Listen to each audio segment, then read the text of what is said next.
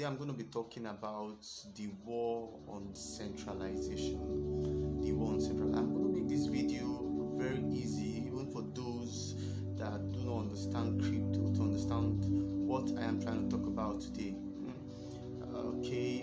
Before I continue, before I tell you how vEmpire is fighting centralization, I need to first of all explain what centralization is.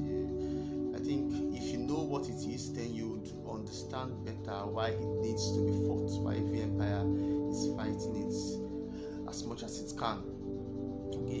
Centralization, centralized crypto exchanges are simply crypto exchanges where you need a third party.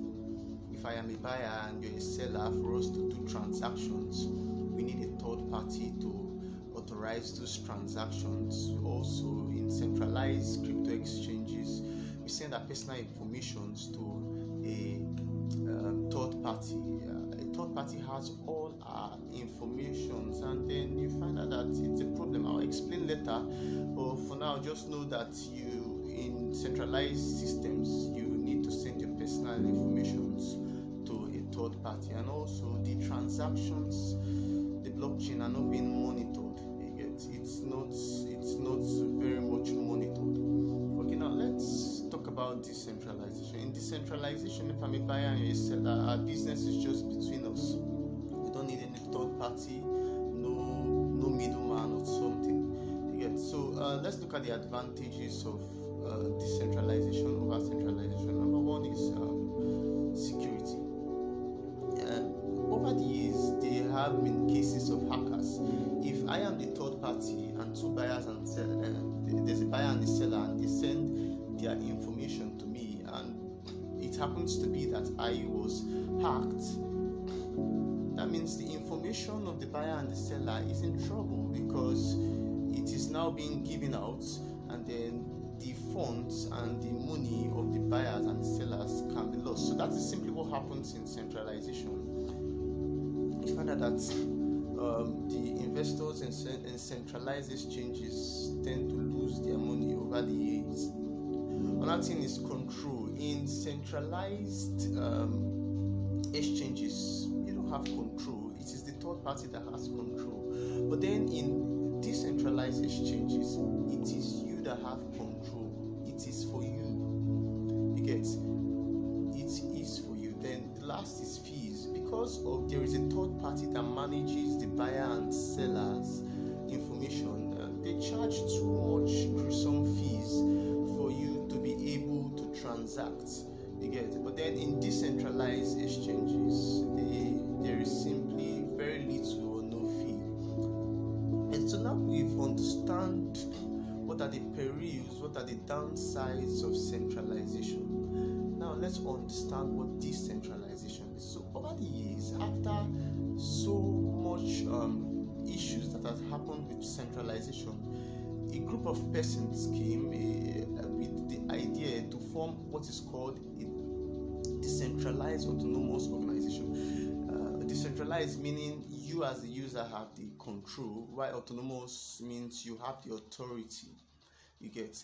But then after some time, it happens to be that these DAOs, which claim to be decentralized, have begin to sway away from, and they have begin to defy the main purpose of decentralization. So that is why vEmpire came.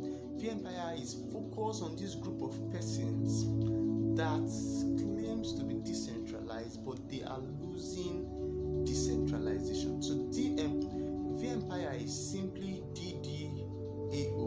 What does DDAO means? Democratic Decentralized Autonomous Organization. Democratic meaning for the people, by the people, you and me.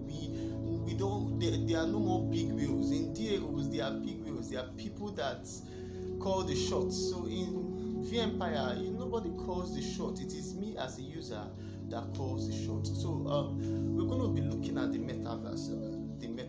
What is a metaverse? A metaverse is simply a kind of virtual space where people interact with help people interact with avatars. It's in a metaverse you can own virtual properties online, interact, play games and all.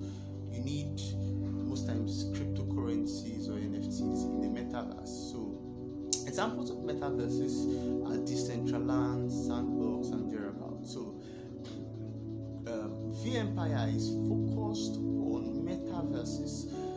I would explain what decentralized is and you'd understand. So vEmpire is focused on metaverses with its first priority being decentralized. So now the metaverse where people interact virtually, they have had some limitations over the years, and we're just going to look at those two limitations and tell us how vEmpire comes in. Now, vEmpire in the metaverse, the major problem they've had is control. Who will have control? So, what happens is they pick those that will have control using the amount they have in their wallets. If you don't have up to $100,000 in your wallet, you would not be involved in decision making and control, which therefore defiles the purpose of decentralization. Because remember, we said decentralization, everybody, the user is for me, is for you, everybody's supposed to have control. But then why is that? Because I don't have up to $100,000 in my wallet, I can't make decisions. Also, in the DAOs, in metaverses, if you don't have up to that amount in your wallet, you can't partake in profits, because profits are only given to those people that take control. You get those people that are in control, that are in charge, or that are part of the organization. So what vEmpire does is to reduce the amount that you need to have in your wallet for you to have control to as low as $1,000. It could have been $1, but it is not $1 because of simply bots. Bots are all these, you find them in Telegram everywhere. So if you just make it $1, you find out that everybody becomes a vEmp holder, and it defiles the purpose of the organization. So they make it $1,000 very cheap, and then they don't reward you because of what you have in your wallet. They reward you based on loyalty. They reward you based on loyalty.